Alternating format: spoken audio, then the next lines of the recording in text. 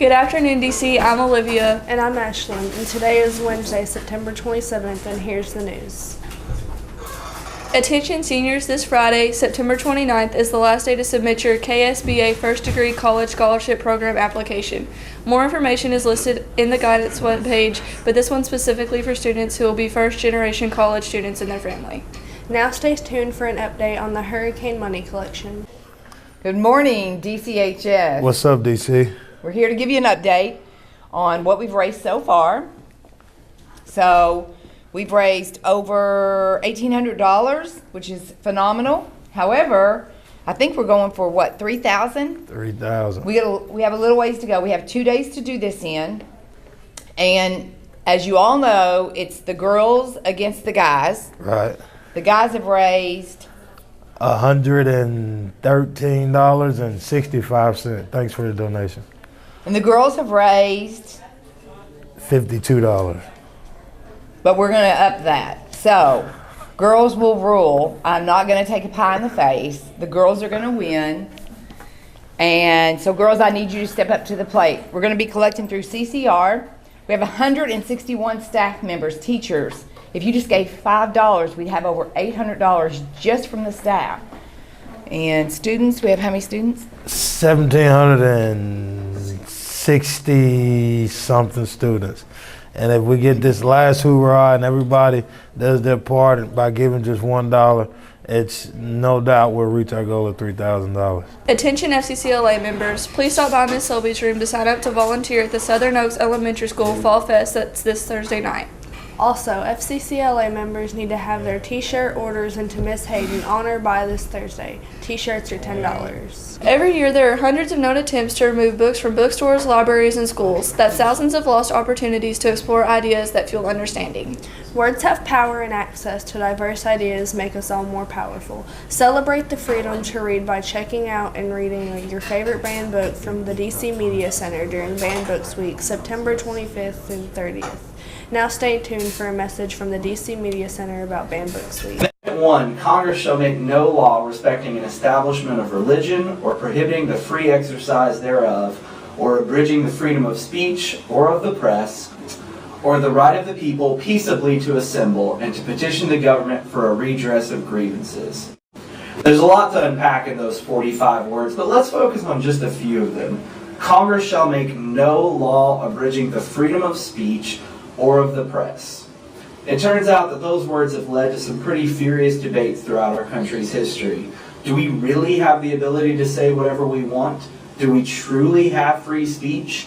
I once heard someone say that your freedom to swing your fist ends at another person's nose. What they mean was that at some point there is a limit to freedom of speech, especially if your speech is inflicting direct pain on someone else.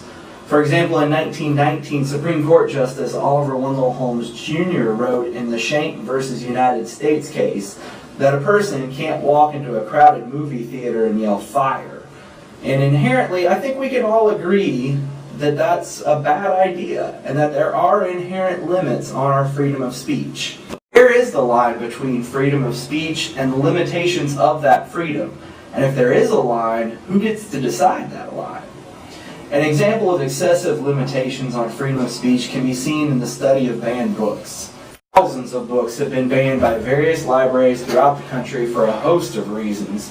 Great Gatsby was banned due to, quote, inappropriate language and sexual themes. Fahrenheit 451, a book ironically about the dangers of banning books, was banned in several instances because one of the books banned in that book was the Bible.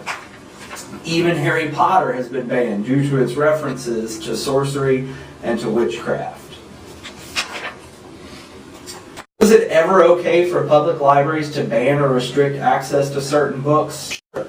After all, I don't think anyone thinks a 10-year-old should be reading 50 Shades of Grey. But banning books because they don't align with our personal beliefs or political agendas is a really problematic concept. What about the parent that argues that some books should be banned because forcing a child to read something the parents don't want them to read violates their freedom of speech? At the end of the day, I suppose it's hard to determine if there's really a right answer to this situation, However, the freedom to explore new ideas, to learn about new perspectives, to think about topics in a way that you haven't before, those freedoms are too precious to just give up on. I think President John F. Kennedy said it best when he stated that, quote, "If this nation is to be wise as well as strong, if we are to achieve our destiny, then we need more new ideas for more wise men reading more good books in more public libraries. Libraries should be open to all, except the censor. We must know all the facts and hear all the alternatives and listen to all the criticisms. Let us welcome controversial books and controversial authors, for the Bill of Rights is the guardian of our security as well as our liberty." The U.S. Senate Youth Program offers 2 student leaders from each state a $10,000 college scholarship and an all-expenses-paid trip to Washington, D.C. to observe the U.S. Senate in action. Applications are available in guidance through October the 3rd. FCCLA club fees are $15 and the payment is due before fall break and can be turned in to Miss Selby in room 124. Key Club dues are $20 and they are due to Ms. McCurdy in room 120 by Thursday the 28th.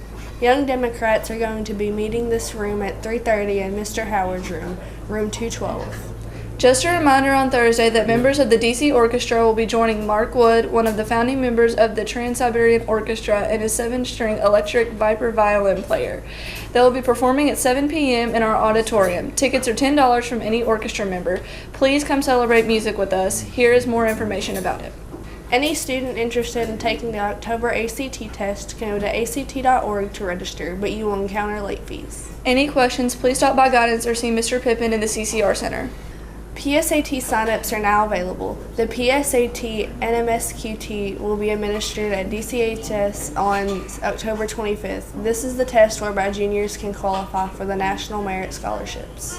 Any college-bound junior or sophomore is encouraged to sign up in the guidance office with Ms. Leisner.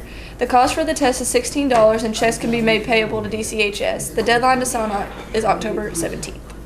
Here's what's going on today at DC. Beta Club induction ceremony at 6 p.m. in the Media Center. Stay classy, DC.